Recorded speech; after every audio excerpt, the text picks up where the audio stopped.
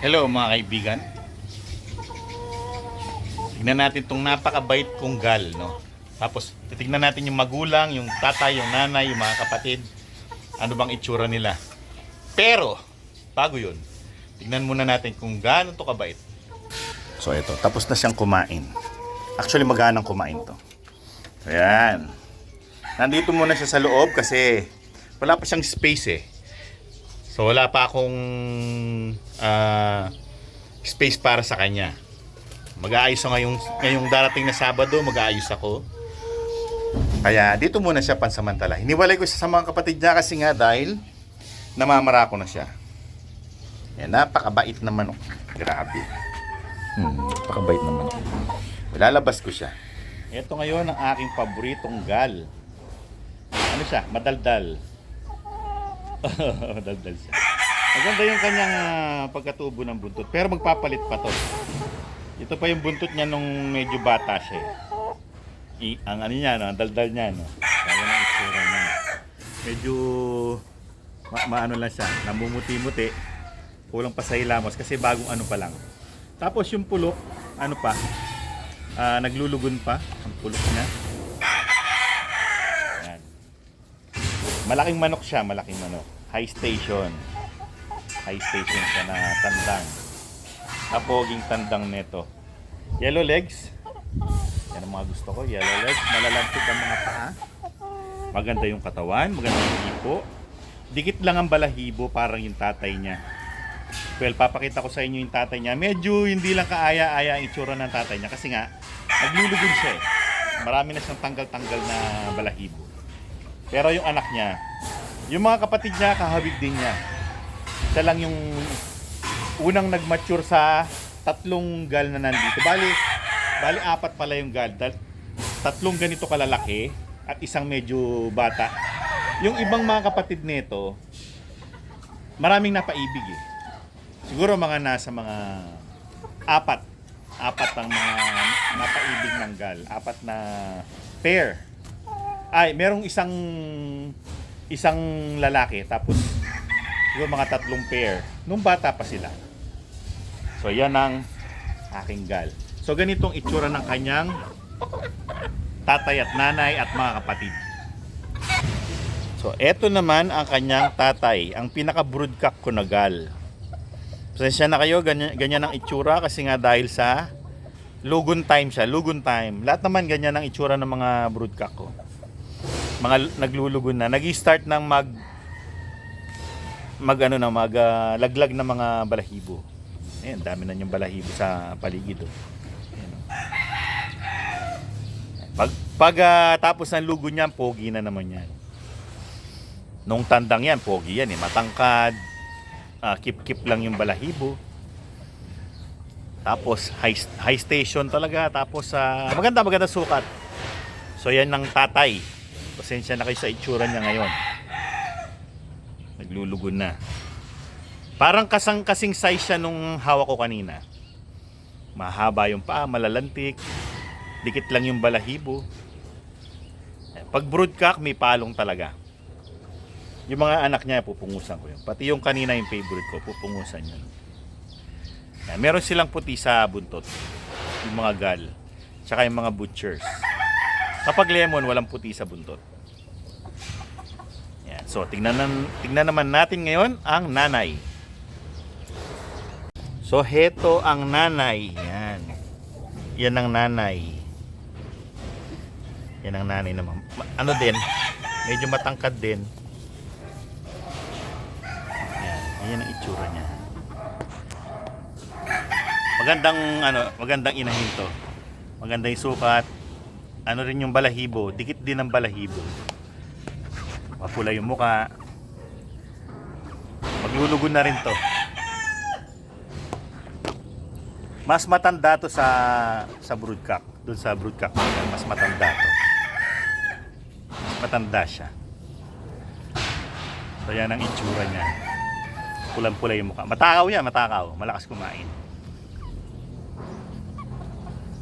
So, tignan naman natin yung kanilang mga anak, yung mga kapatid ng aking paborito. Ito naman yung isa niyang kapatid. Nakabukod na to. Pero Mas bata to kaysa dun sa paborito ko, mas bata siya. Nagugulat lang sa mga alagang aso pero hindi naman sila mailap. Hindi sila hysterical katulad ng mga lemon. Mga lemon medyo mailap eh. Yan na nakakabulabog. Yan na nakakabulabog. So, matangkad din to. Pero mas bata to, mas bata. Mas bata doon sa hawak ko kanina. Kasing kulay lang din niya, kasing kulay ng paa. Straight comb din. Meron din puti sa buntot, ayan o. Mapapansin niyo. Tingnan naman natin yung kasing edad nung paborito ko. Yung kasabay niyang batch. Heto naman yung kapatid mismo na kabatch niya. Yan, pareho silang walang balahibo sa pulok, naglulugon. Ito kasing tangkad niya. Kasing kakulay. Parang identical talaga sila eh. Pero lang sa buntot, medyo pangit ang tubo ng buntot nito. Medyo may mga punit-punit yung buntot niya.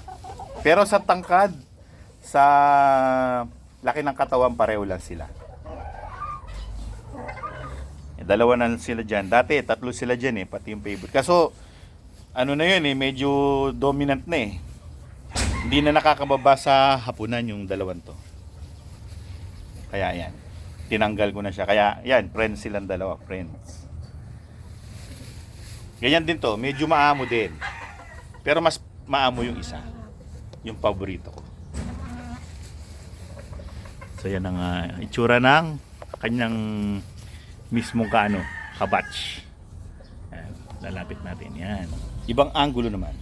Dito naman sa ibang side. So yung mga gal, maganda daw yan, pang-infuse. Pang-breeding talaga sila, pang-infuse. Tsaka hindi sila ganun kasikat eh. Kaya nung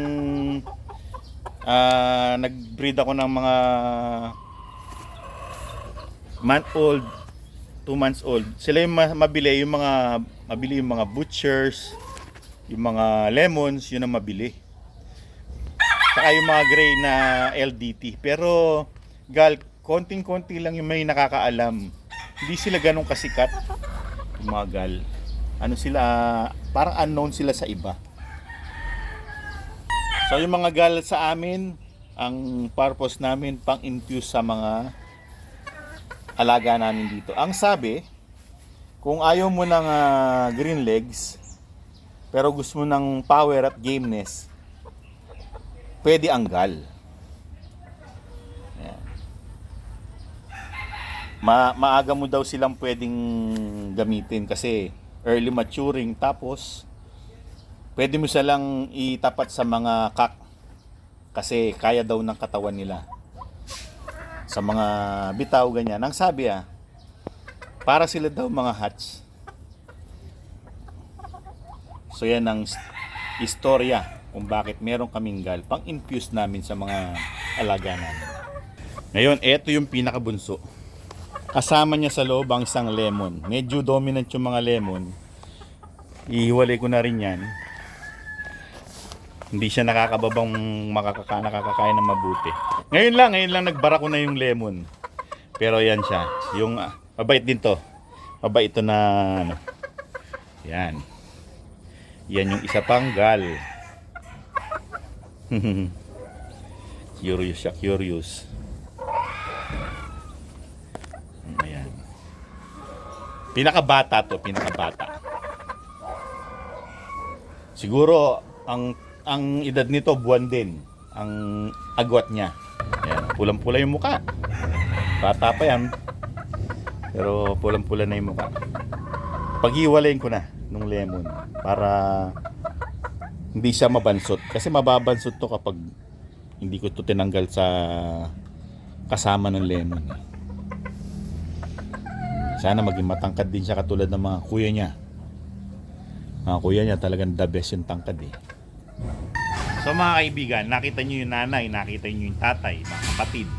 Uniform yung itsura ng mga kapatid niya na babae, mga kapatid niya na lalaki. Uniform ang itsura.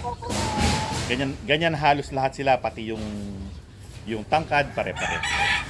So well, mga kaibigan, yan ang aking Gal family. Hanggang sa susunod na episode. Alam.